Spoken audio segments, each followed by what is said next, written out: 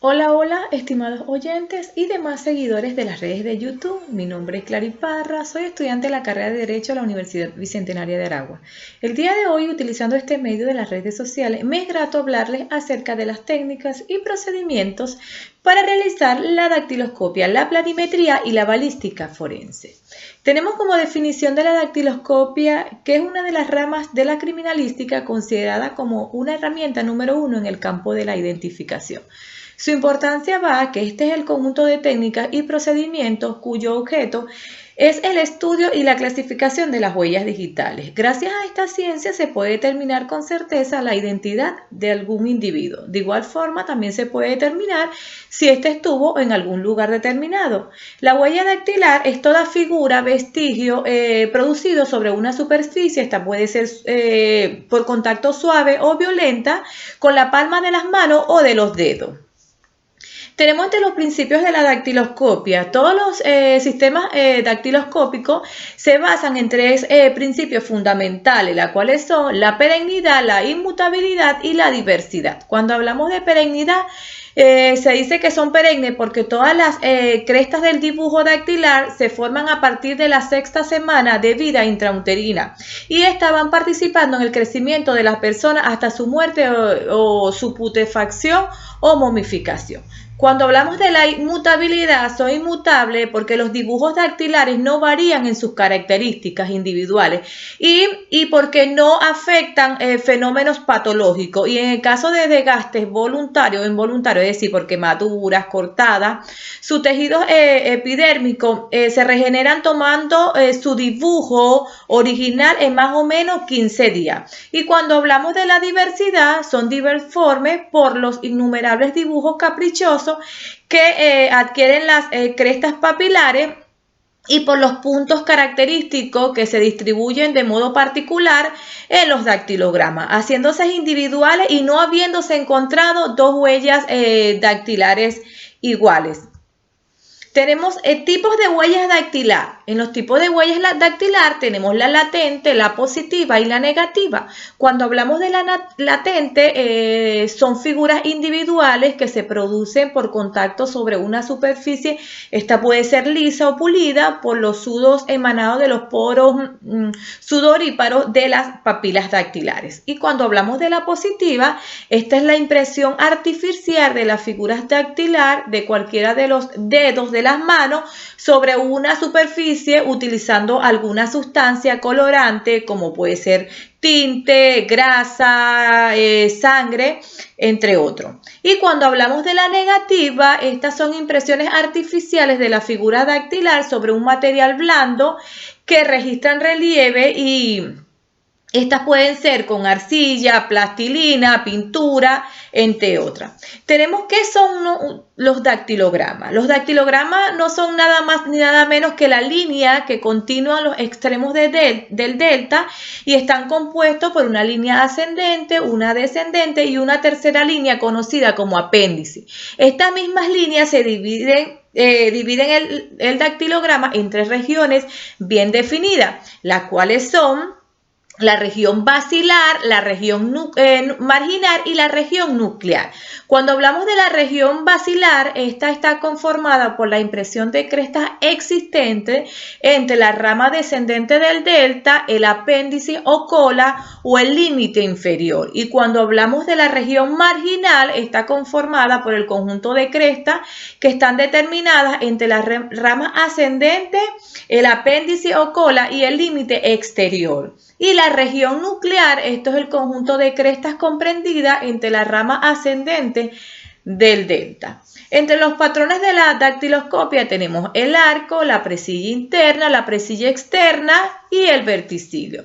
Cuando hablamos del arco, estos son dibujos digitales constituidos por líneas papilares que atraviesan el dactilograma de borde a borde transversalmente.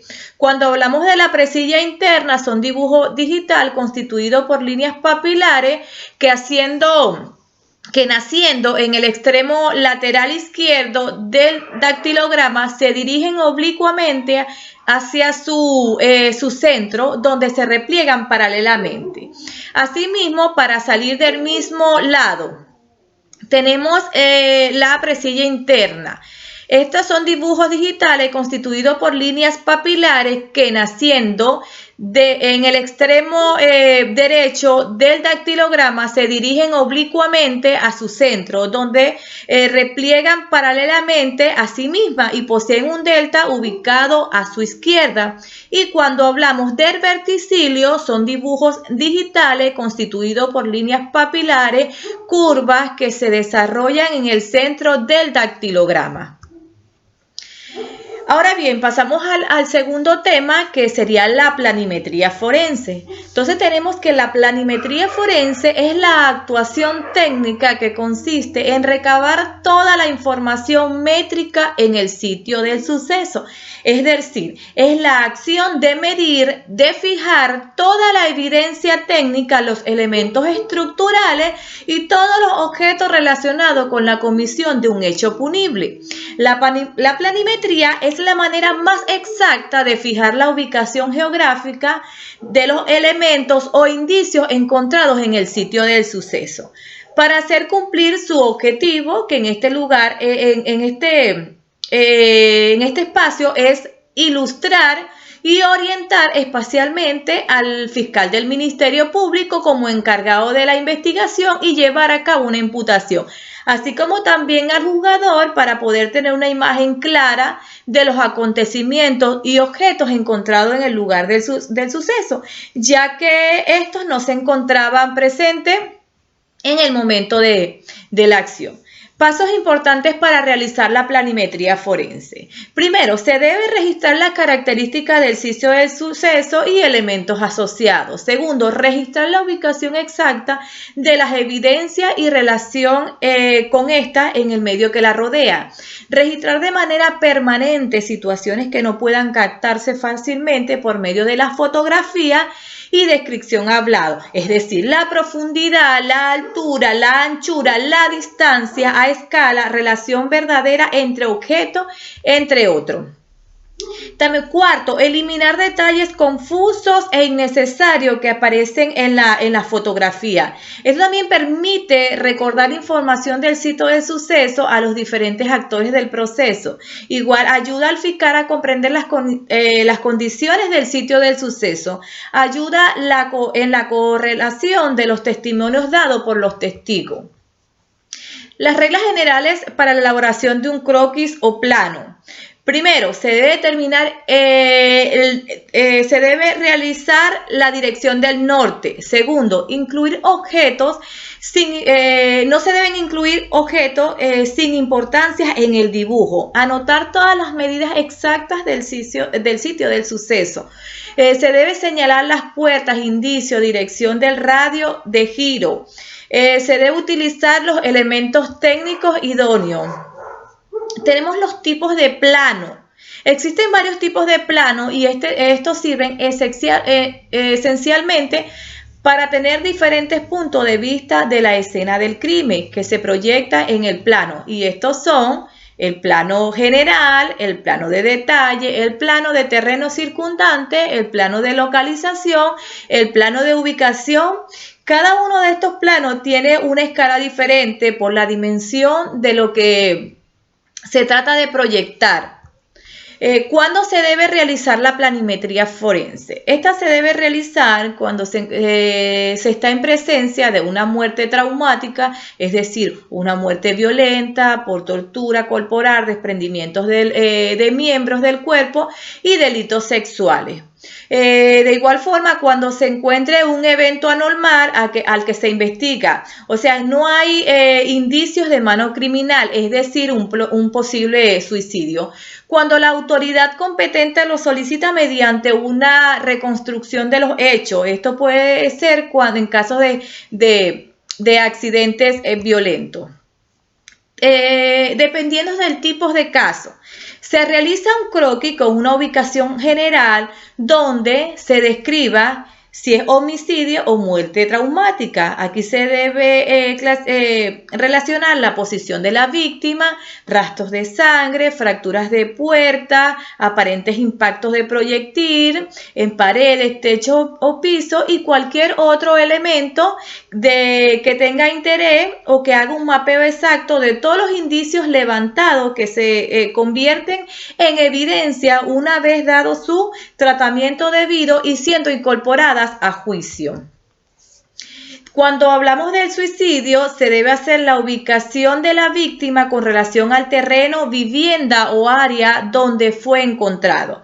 En estos casos, antes que sea descolgado el occiso, se produce o se procederá a tomar las diversas medidas para que sean reflejadas en una vista de planta y su elevación corporal.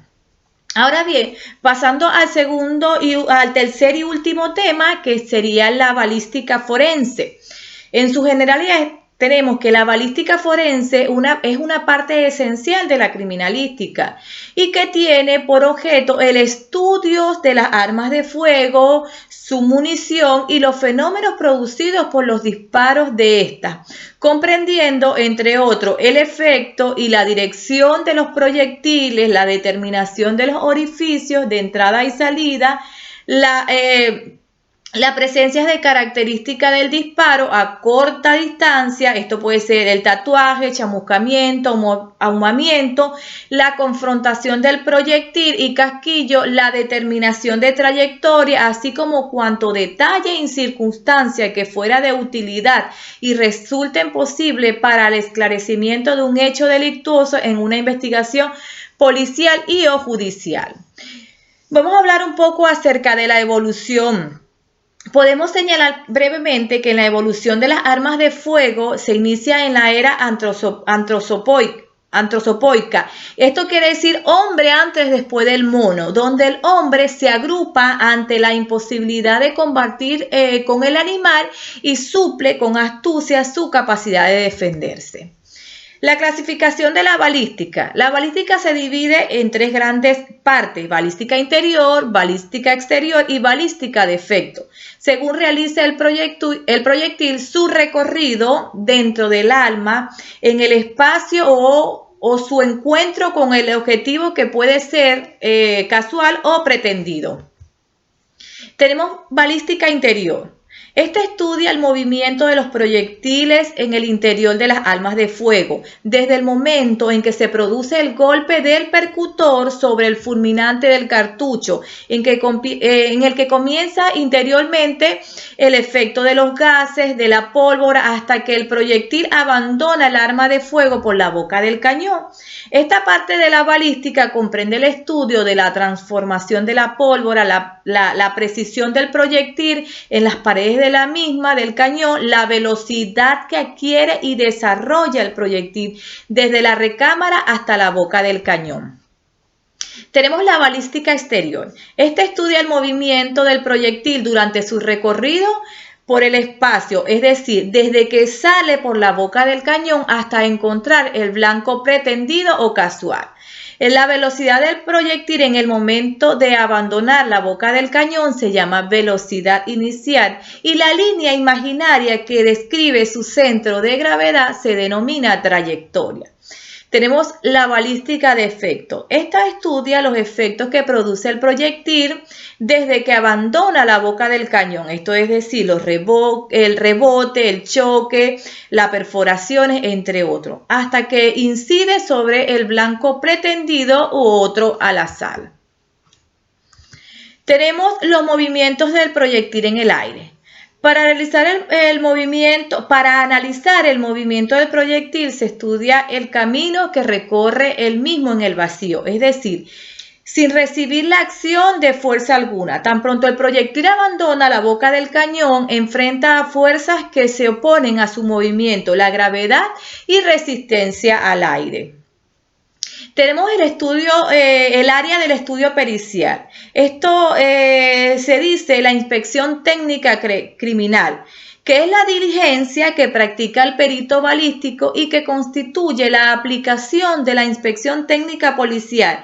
Está constituida por el conjunto de actividades que se realiza para buscar, detectar y recoger los indicios y o evidencias susceptibles que se puedan presentar, que puedan ser de interés de carácter balístico. Cuando el perito balístico realiza esta diligencia, orienta al pesquisa en su investigación para que éste pueda realizar una investigación objetiva y efectiva. En la búsqueda de indicios, tenemos que en una inspección técnica debe tenerse en cuenta las siguientes precauciones. Primero, nunca se debe tomar el arma encontrada de la escena del crimen sin que antes haya sido registrada su ubicación y posición mediante fotografía y croquis de conjuntos de aproximación. Y si fuera posible, se tomará también fotografías métricas con ayuda de una cinta gradual. Las inmediaciones del lugar donde se halló el arma puede tener también, puede ser de importancia, por ejemplo, en caso de que en el piso existan huellas que muestren la caída del arma.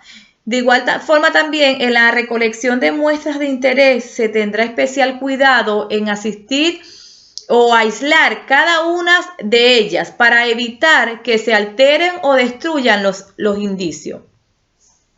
Para el traslado de un arma de fuego se procederá primero a verificar si ésta se encontraba cargada o preparada. Posteriormente se procederá al embalaje adecuado.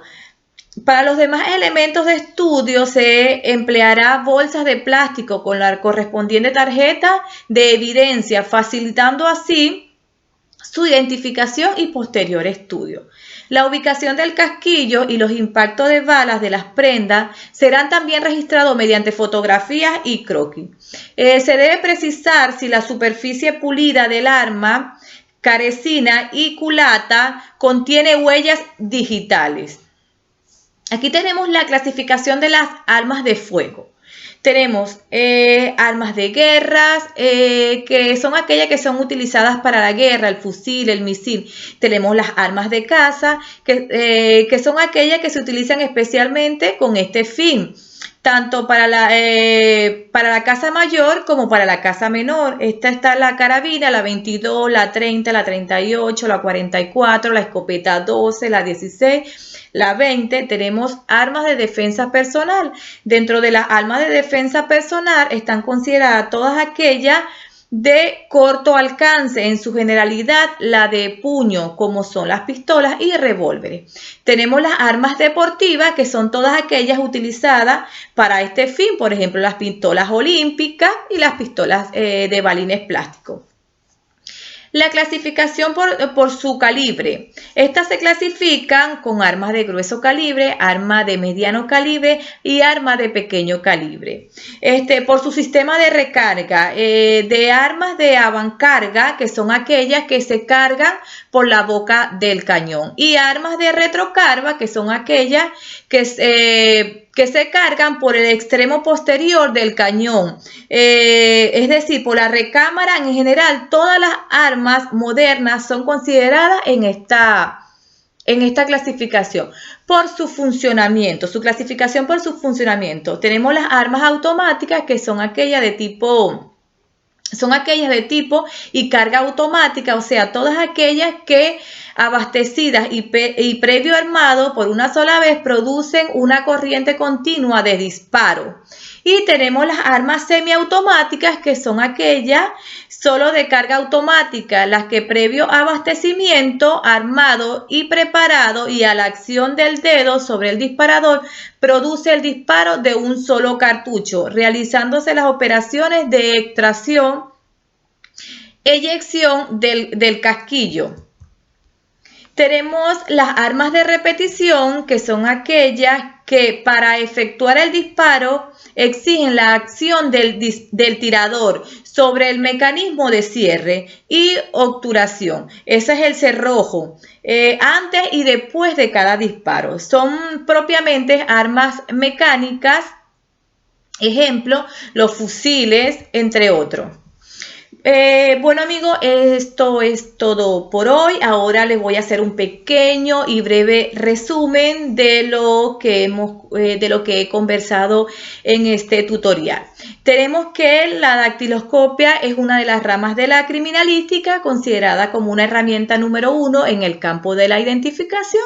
Decimos que su importancia va que este es el conjunto de técnicas y procedimientos cuyo objetivo es el estudio y la clasificación de las huellas digitales. Es importante resaltar que no existe una huella digital idéntica a otra. Cada personalidad tiene su huella digital.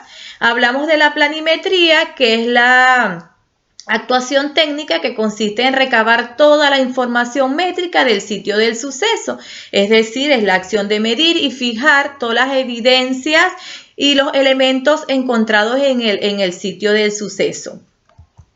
Y tenemos la balística forense, que esta es parte esencial de la criminalística y que tiene por objeto el estudio de las armas de fuego. Bueno, gracias por su amable atención y el tiempo dedicado a este espacio de conocimiento. No olviden darle un bello me gusta a este video y dejar un reflexivo comentario acerca de lo planteado acá. Me despido y hasta una próxima transmisión referida al mundo de la criminalística. Chao, chao.